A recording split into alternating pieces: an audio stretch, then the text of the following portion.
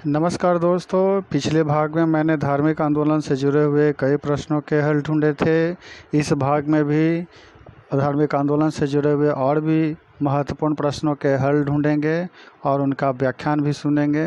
तो चलते हैं प्रश्न की तरफ। प्रश्न है कि गौतम बुद्ध का जन्म कब हुआ था? तो इसका सही उत्तर होगा ऑप्शन ए, 563 ईसा पूर्व में। दरअसल बौद्ध धर्म के संस्थापक गौतम बुद्ध थे। गौतम इनके गोत्र का नाम था, जबकि इनका मूल नाम सिद्धार्थ था। इनका जन्म 563 ईसा पूर्व में कपिलवस्तु के लुम्बिनी आधुनिक रुम्बनदेही में हुआ था। पिता का नाम सुशोधन था, जो कपिलवस्तु के शाक्य गण का प्रधान थे। माता का नाम महामाया था, जो कोसल राज्य की राजकुमारी थी। बाल्यावस्था में ही सिद्धार्थ को मातृवियोग से गुजरना पड़ा, अतः सिद्धार्थ की मौसी प्रजापति गौतमी ने उसका लालन पालन किया। कावदेवल और ब्राह्मण कौंडिल्य ने भविष्यवाणी की थी कि वह या तो चक्रवर्ती शासक बनेगा अथवा महान सन्यासी। 4 दृश्यों ने गौतम बुद्ध के मस्तिष्क पर बहुत गहरा प्रभाव डाला। पहला बूढ़ा व्यक्ति, दूसरा बीमार व्यक्ति, तीसरा एक मृत व्यक्ति का अर्थी और चौथा एक सन्यासी। गौतम बुद्ध की 16 वर्ष की ही आयु में शाक्य कुल की कन्या यशोधरा, जिसे बिंबा गोपा भद्रकक्षणा के नाम से भी जाना जाता है, से विवाह किया गया, जिनसे उन्हें एक पुत्र राहुल की प्राप्ति हुई। अगले प्रश्न की तरफ चलते हैं। अगला प्रश्न है कि गौतम बुद्ध बौद्ध शिक्षा का केंद्र था। तो इसका सही उत्तर हो जाएगा ऑप्शन ए, विक्रमशिला। ठीक है, विक्रमशिला अब भागलपुर है, जो बिहार में है। अगला प्रश्न है कि भारत में सबसे बड़ा बौद्ध स्तूप कहाँ स्थित है? तो इसका सही उत्तर हो जाएगा ऑप्शन बी, सांची। अगले प्रश्न की तरफ चलते हैं। अगला प्रश्न है कि निम्नलिखित में से किस ग्रंथ में सर्वप्रथम देवकी के पुत्र कृष्ण का वर्णन किया गया है? तो इसका सही उत्तर हो जाएगा ऑप्शन बी, छांदोग्य उपनिषद।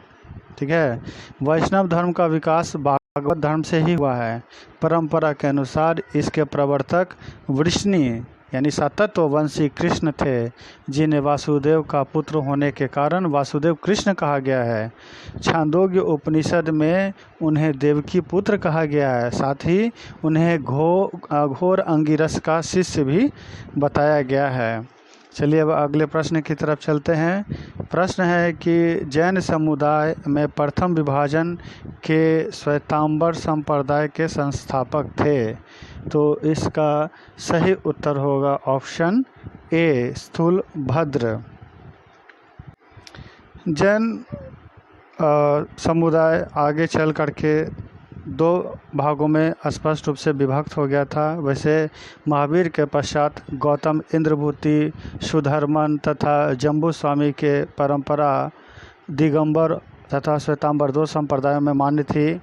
महावीर की मृत्यु के पश्चात आर्य सुधर्मन ने जैन संघ का नेतृत्व किया और उसके बाद जम्बू स्वामी ने नेतृत्व अपने हाथ में लिया। जम्बू स्वामी अंतिम कैवलिन थे। उसके पश्चात कैवल्य का मार्ग बंद हो गया। अब दिगंबर समुदाय के बारे में जान लें कि लगभग 200 ईसा पूर्व में मगध में पड़े भयंकर अकाल की वजह से कुछ भिक्षु आचार्य भद्रबाहु के नेतृत्व में दक्षिण चले गए थे। कालांतर में उसके शिष्य दिगंबर कहलाए। वहीं श्वेतांबर, जो भिक्षु अकाल के समय भी स्थूलभद्र या भद्रबाहु के नेतृत्व में स्थूलभद्र के नेतृत्व में मगध में ही रह गए तथा कालांतर में श्वेत वस्त्र पहनना प्रारंभ कर दिए, उन्हें श्वेतांबर कहा जाने लगा। दोनों में बेसिक कुछ अंतर था सिद्धांतों को लेकर के। श्वेतांबर और दिगंबर में क्या भेद थे वो जान लेते हैं कि श्वेतांबर मोक्ष प्राप्ति के लिए वस्त्रों का त्याग आवश्यक नहीं मानते थे, जबकि दिगंबर वस्त्र त्याग को आवश्यक मानता था। वहीं श्वेतांबर इसी जीवन में स्त्रियों को निर्वाण के अधिकारी मानते थे, जबकि दिगंबर इसका निषेध करते थे। श्वेतांबर के अनुसार केवल ज्ञान की प्राप्ति के बाद भी लोगों को भोजन की आवश्यकता रहती है, किंतु दिगंबर के अनुसार आदर्श साधु भोजन ग्रहण नहीं करते हैं। श्वेतांबर परंपरा के अनुसार महावीर ने यशोदा से विवाह किया था तथा उसे प्रियदर्शना नामक पुत्री भी थी, परंतु दिगंबर परंपरा महावीर को अविवाहित मानता है। श्वेतांबर परंपरा 19वें तीर्थंकर मल्लीनाथ को स्त्री मानते हैं, जबकि दिगंबर उन्हें पुरुष मानते हैं। तो इस तरह के कई सारे मतभेद दोनों के बीच में थे। चलते हैं अगले प्रश्न की तरफ। अगला प्रश्न है कि भारत में सबसे प्राचीन विहार है, तो इसका सही उत्तर हो जाएगा ऑप्शन बी, उदंतपुरी। उदंतपुरी की स्थापना बिहार शरीफ बिहार में जो है उसकी स्थापना पाल वंश के शासक गोपाल ने की थी। अगले प्रश्न की तरफ चलते हैं। अगला प्रश्न है कि प्रथम जैन महासभा का आयोजन कहाँ हुआ था। तो बता दें कि 322 से 228 ईसा पूर्व चंद्रगुप्त मौर्य के काल में पाटलिपुत्र में प्रथम सम्मेलन का आयोजन किया गया था, जिसकी अध्यक्षता स्थूलभद्र ने की थी। इसमें प्रमुखतः 11 अंगों का प्रणयन, 12वां अंग किसी को याद नहीं था। इस सम्मेलन में पाटलिपुत्र वाचना कहा जाता है। इसी सम्मेलन के पश्चात जैन धर्म का विभाजन श्वेतांबर तथा दिगंबर संप्रदाय में हो गया था। तो इस तरह से इसका सही उत्तर ऑप्शन ए होगा, पाटलिपुत्र। दूसरा है कि द्वितीय जैन महासभा का आयोजन कहाँ हुआ था। तो इसका सही उत्तर हो जाएगा ऑप्शन बी, बल्लभी। 453 ईस्वी में हुआ था। बल्लभी आधुनिक गुजरात में है और इसकी अध्यक्षता देवर्धि क्षमा श्रवण ने किया था। इस सम्मेलन में सभी आगम साहित्य को लिपिबद्ध किया गया। यहाँ 11 अंगों को भी लिपिबद्ध किया गया तथा 12वां अंग दृष्टिवाद को नष्ट मान लिया गया। ठीक है, नेक्स्ट प्रश्न पर चलते हैं कि जैन साहित्य का संकलन किस भाषा व लिपि में था।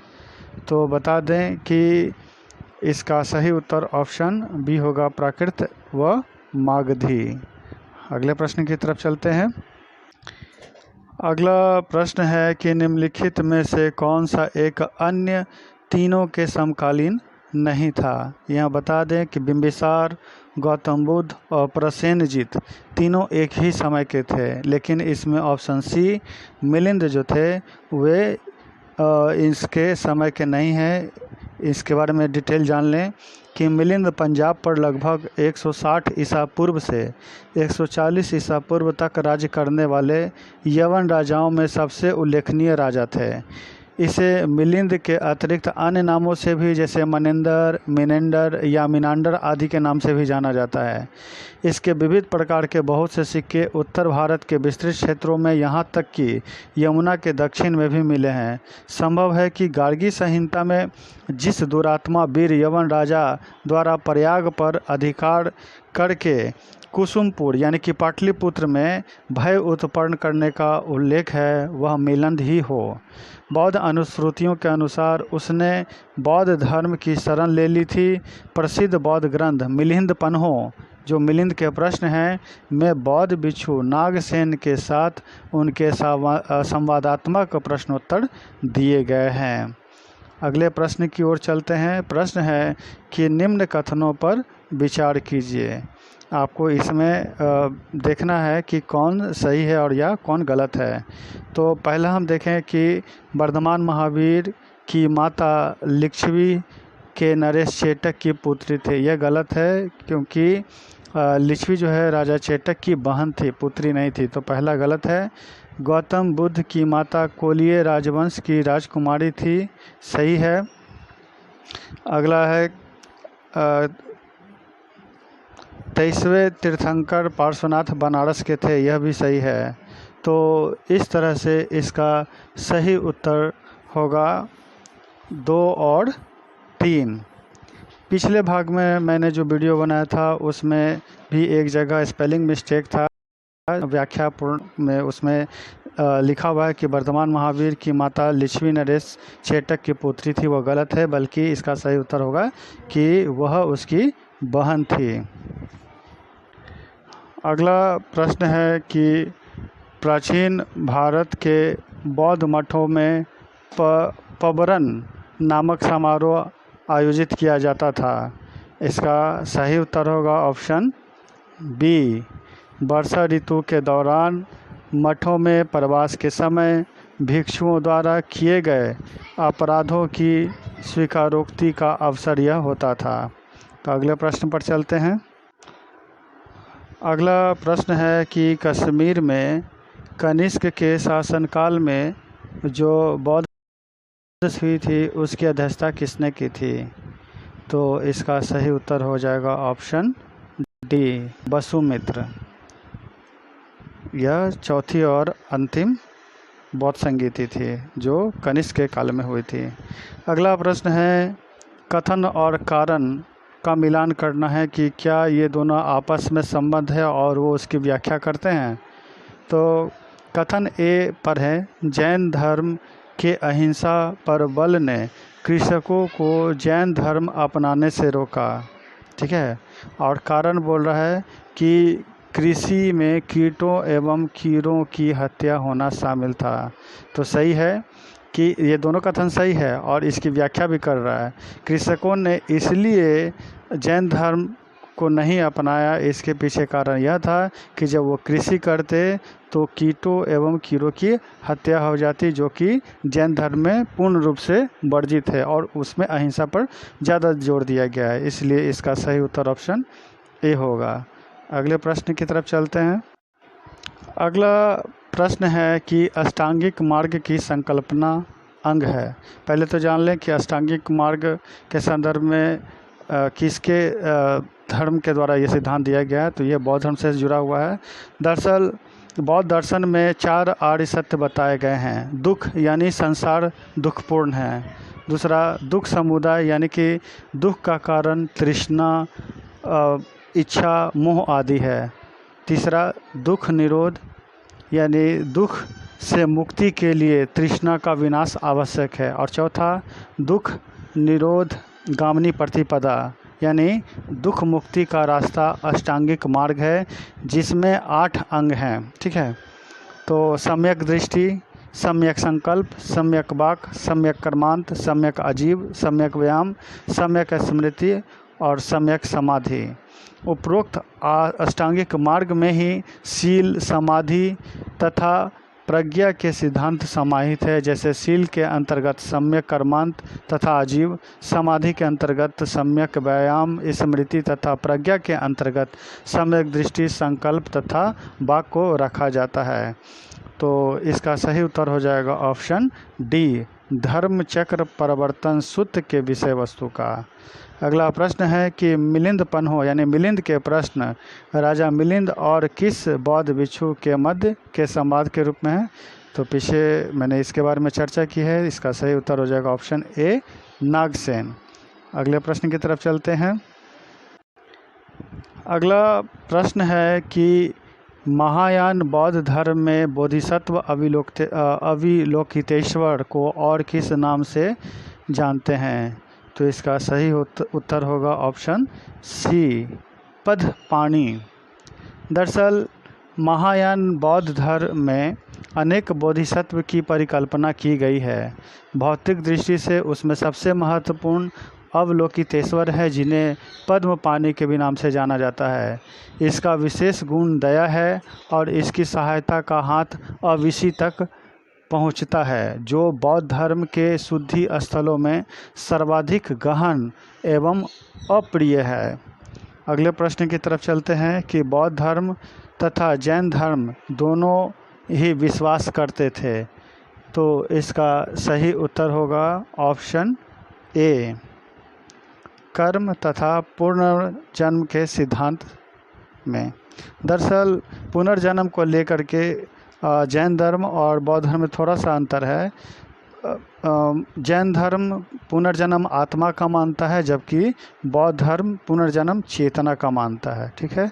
तो अगले प्रश्न की तरफ चलते हैं। अगला प्रश्न है, बौद्ध धर्म के महायान और हीनयान संप्रदायों में सर्वाधिक मौलिक अंतर कौन सा है? तो इसका सही उत्तर हो जाएगा ऑप्शन सी, देवी देवताओं की पूजा। हीनयान और महायान में क्या अंतर था, थोड़ा सा सुन लें। हीनयान की मान्यता है कि सभी को अपनी मुक्ति का मार्ग स्वयं ढूंढना होगा और अधिक से अधिक निर्वाण मार्ग में हम दूसरों को उदाहरण या उपदेश के द्वारा सहायता कर सकते हैं, जबकि महायान गुणों के हस्तांतरण में विश्वास करता है। हीनयान बौद्ध धर्म में ऐतिहासिकता में विश्वास करता है, जबकि महायान बोधिसत्व में। रूढ़िवादी हीनयान संप्रदाय ने अरहत यानी बोधिसत्व पद की प्राप्ति के लिए 9 चर्याओं तथा 10 अनुशासनों का पालन आवश्यक बतलाया, किंतु महायान बौद्ध संप्रदाय ने यह स्थापित किया कि सभी लोगों को बुद्धत्व की प्राप्ति हो सकती है। अगला है कि हीनयानियों ने इस संसार को दुखमय माना है, किंतु महायान आशावादी दृष्टिकोण रखते हैं। उसके अनुसार सभी जीव निर्वाण प्राप्त करेंगे। हीनयान स्वयं के प्रयत्नों पर बल देता है, परंतु महायान बुद्ध के प्रति विश्वास एवं भक्ति पर बल देता है। हीनयान बौद्ध मत का साहित्य पाली भाषा में है, जबकि महायान बौद्ध मत का साहित्य संस्कृत भाषा में है। इसका अपना अपवाद मिलिंद पन्हो नामक अपुटिक साहित्य है, जो महायान ग्रंथ होकर भी पाली भाषा में है। तो ये सब सही होगा इसका अंतर। अगला है कि जैन धर्म श्वेतांबर एवं दिगंबर संप्रदायों में कब विभाजित हुआ? तो इसके पहले भी मैंने इसकी चर्चा कर दी थी। इसका सही उत्तर होगा ऑप्शन ए, चंद्रगुप्त मौर्य के समय में। अगले प्रश्न की तरफ चलते हैं। अगला प्रश्न है, आपको जो भी संगीतियाँ हुई हैं उसमें उसकी अध्यक्षता किसने की थी, उसका सही मिलान करना है। इसके बारे में मैंने कई बार बता दिया है, पिछले वीडियो में भी और इस वीडियो में भी बता रहा हूँ कि इसका सही ऑप्शन होगा ए। प्रथम बौद्ध संगीति महाकश्यप की अध्यक्षता में हुई थी। द्वितीय बौद्ध संगीति सबकामी की अध्यक्षता में हुई थी। तृतीय बौद्ध संगीति मोगलीपुत्र तीसरे की अध्यक्षता में हुई थी और चतुर्थ बौद्ध संगीति वसुमित्र की अध्यक्षता में हुई थी। अगले प्रश्न की तरफ चलेंगे। अगला प्रश्न है कि निम्न में से कौन से धर्म पुनर्जन्म में विश्वास करते थे? हिंदू धर्म, बौद्ध धर्म और जैन धर्म। ये सही उत्तर होगा ऑप्शन ए, 1, 2, 3। हिंदू धर्म, बौद्ध धर्म और जैन धर्म, तीनों धर्म जो है वो पुनर्जन्म में विश्वास करते हैं। अगला प्रश्न है कि बौद्ध संगीतियों के 4 आयोजकों का सही क्रम बताइए। तो इसका सही क्रम हो जाएगा ऑप्शन डी, अजातशत्रु, कालाशोक, अशोक और कनिष्क। अगले प्रश्न की तरफ चलेंगे। अगला है कि निम्न में से कौन एक त्रिपिटक का अंग नहीं है? तो इसका सही उत्तर हो जाएगा ऑप्शन ए, जातक। सुत्त पिटक, विनय पिटक, अभिधम पिटक, ये तीनों त्रिपिटक साहित्य हैं जो बौद्ध धर्म से जुड़े हुए हैं। जातक में भगवान बुद्ध के 84,000 पूर्व जन्मों की 500 से अधिक गाथाएं हैं। अगले प्रश्न की तरफ चलते हैं। अगला प्रश्न है कि ऋग्वेद में किन 2 जैन तीर्थंकरों का उल्लेख मिलता है? तो इसमें बता दें कि ऋग्वेद के केसी सूक्त में जैन धर्म के 2 तीर्थंकरों का उल्लेख मिलता है। ऋषभदेव जो पहले तीर्थंकर थे और अरिष्टनेमी जो 22वें तीर्थंकर थे।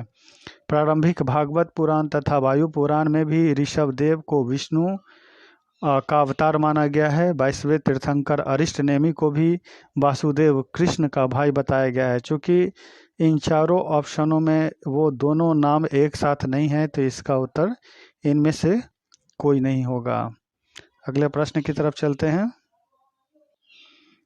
अगला प्रश्न है, आपको महावीर का नाम और उसके जो उन्होंने उपलब्धियां हासिल की थी उसका क्या अर्थ है? तो इसमें केवलिन, जिन, महावीर और निर्ग्रंथ का शाब्दिक अर्थ समझाना है। तो इसका सही उत्तर होगा ऑप्शन ए।